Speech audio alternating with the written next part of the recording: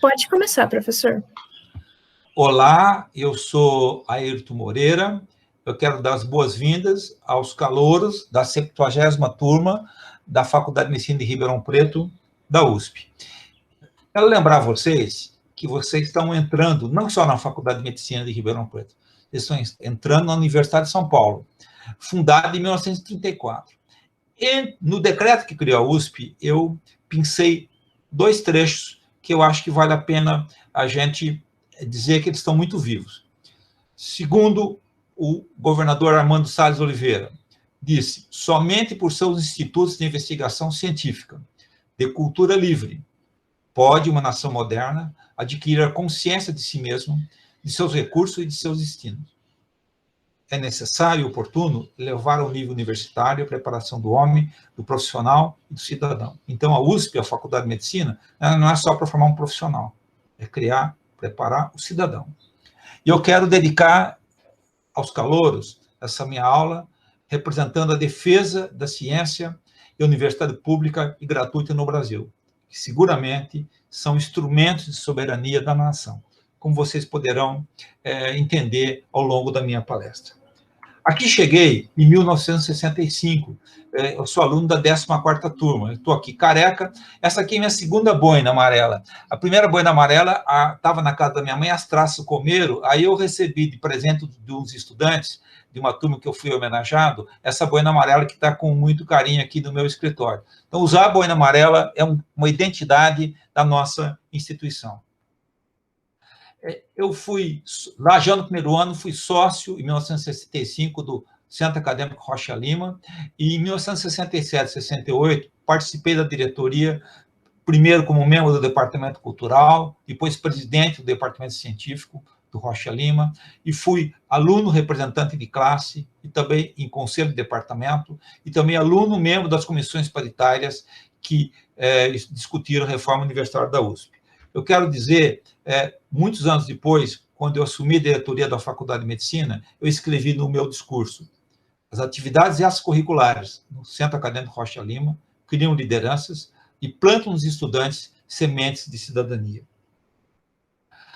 Quando eu aqui cheguei, a Faculdade de Medicina ainda estava nos seus primórdios, né? Ela foi fundada em 1952, começou numa casa alugada, na Rua Visconde de Inhaúma, e logo a seguir ela veio para o campus, numa antiga fazenda, que era uma escola agrícola desativada, e esse era o prédio central. Vejam o total desmatamento do campus, né?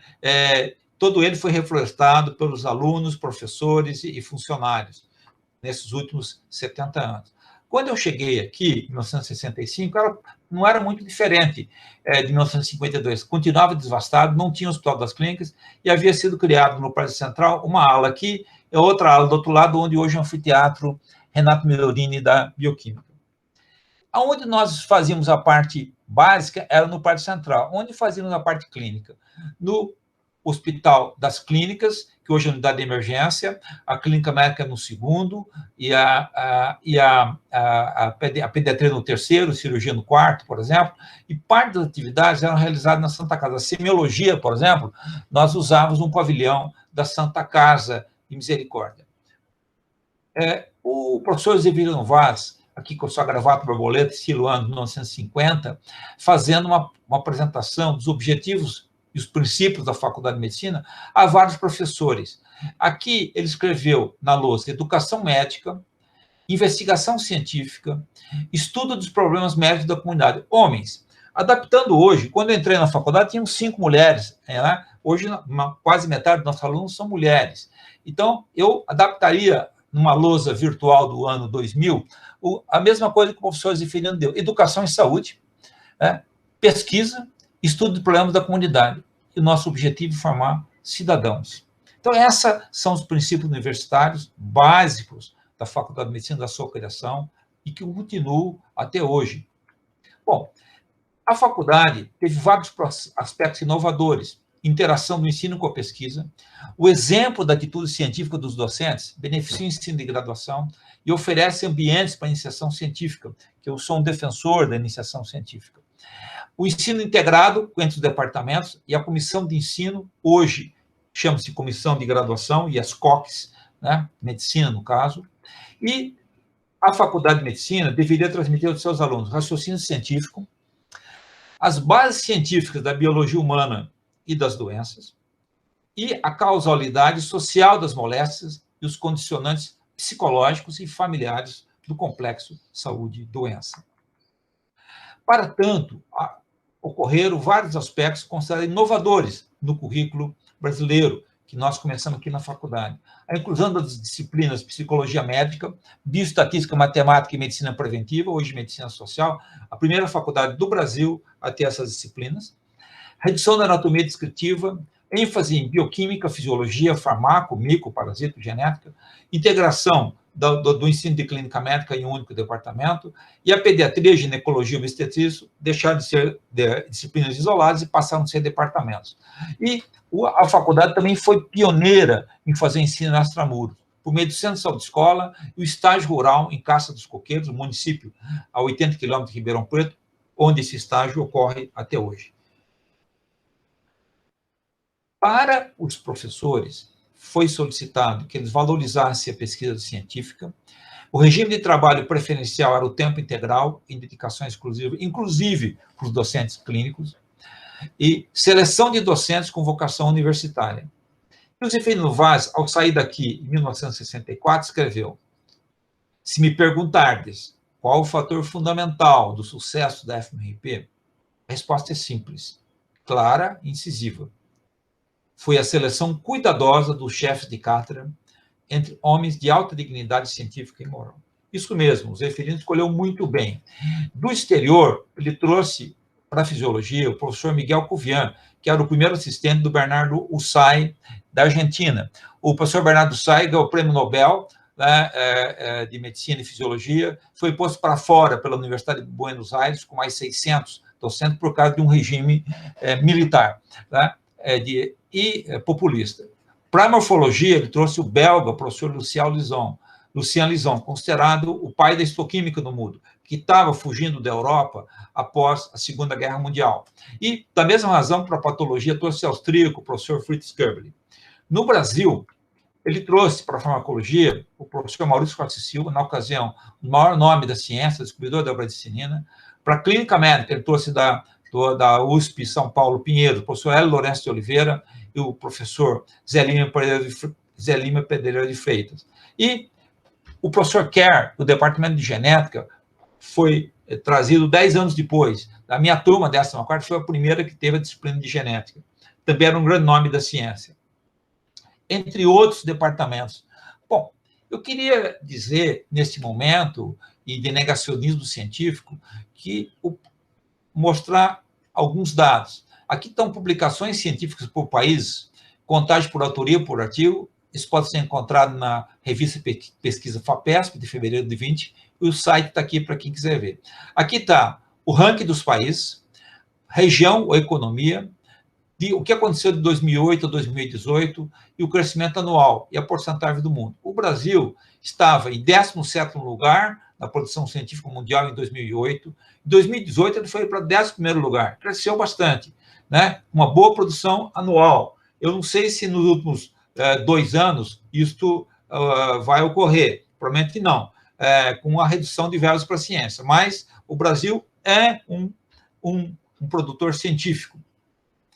Eu quero destacar que 95% da produção científica brasileira é feita em universidades públicas, estaduais e federais, e por institutos públicos, como a Embrapa, na área da agricultura, a Fiocruz, na área de biotecnologia e medicina, que são federais, e o Instituto Butantan, que é mantido pelo governo do estado de São Paulo. Como se situa a Universidade de São Paulo, onde vocês estão entrando? Eu quero dizer, quando eu vim aqui, eu achei que eu estava entrando na medicina. Depois que eu descobri que era medicina de Ribeirão Preto, que era da USP. É muito mais o universo, é muito mais. A USP está distribuída no estado de São Paulo em 9 campos, ou campi, como se fala no plural. Em São Paulo, 2, no Butantã, e na Zona Leste, em Piracicaba, onde a agronomia, em Bauru, né, odonto, agora medicina, São Carlos, engenharias exatas, o campus de Ribeirão Preto, o campus de Pirassununga, na zootecnia, Lorena, aqui no Vale do Paraíba, e Santos. Portanto, hoje a USP ela cobre boa parte do estado de São Paulo e é a melhor universidade do Brasil e da América Latina, uma das 200 melhores do mundo, né? E conforme o indicador, conforme o índice, ela se situa entre as 100 melhores, mas seguramente é a melhor universidade do Brasil e da América Latina. Pública ou privada? Agora, dando um zoom na USP. As universidades públicas do estado de São Paulo, que são a USP, onde estamos, a Unicamp e a Unesp, elas respondem por 35% da produção científica nacional. A USP, a nossa casa, tem 22% da produção científica brasileira. Ou seja, 1 de cada 5 trabalhos de ciência de qualquer área, exatas, biológicas e humanas, é feito na Universidade de São Paulo, nesses campos que eu mostrei para vocês. E a nossa casa maior, a FMRP, está entre as mais produtivas da USP. A USP tem 50 faculdades. No USP-EIS, faculdades chamam unidades. Nesses 9 campos, nós temos 50 faculdades e institutos.